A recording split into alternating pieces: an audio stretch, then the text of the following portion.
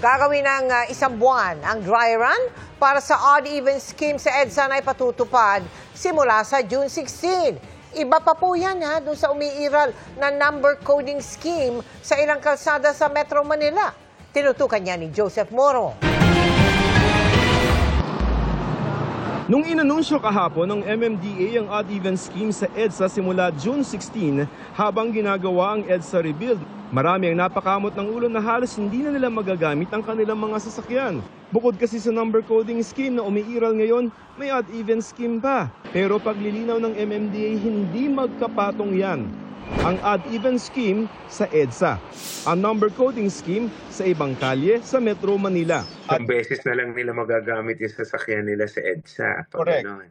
Hindi po ganon. Hindi siya on top. It will replace. So sa EDSA, ang magro-rule na dyan ay yung odd-even. Okay. All other roads, yung regular na number coding. Yung mga tatawid lang ng EDSA, hindi babaybay. Like kunyari, Ortigas. Pupunta ka sa kabilang side. Tatawid ka na EDSA.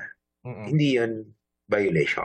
Kaya ang mga plate number halimbawa na nagtatapos sa 7, bawal ito tuwing Huwebes sa ibang daan sa ilalim ng number coding scheme. Sa odd-even scheme, Lunes, Miyerkules at Biyernes lamang siya bawal sa EDSA. Hindi hassle, depende kasi mas maganda nga yun para lumuwag ang EDSA.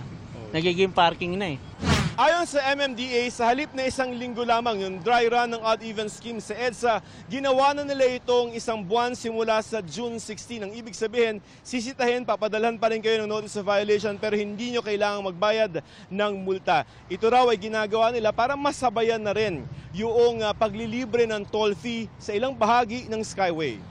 Para rin makakalap ng datos ng MMDA kung kayang maglagay ng window hour sa halip na 24 oras ang odd-even scheme sa EDSA.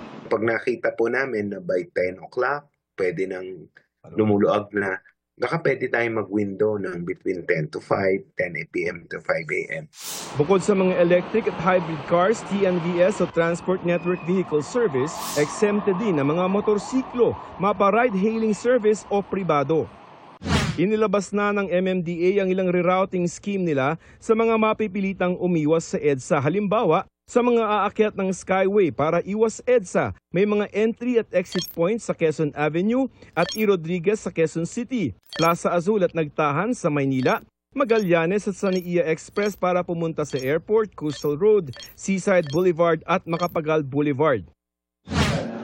Sa pagdinig sa Senado kanina, pinaplansya na ng DOTR at ng San Miguel Corporation na nagpapatakbo ng Skyway kung paano ang gagawing libre na toll fee. Pwede raw na palawigin ang concession agreement para hindi na magbayad ang gobyerno sa ililibreng toll fee sa loob ng 2 taon.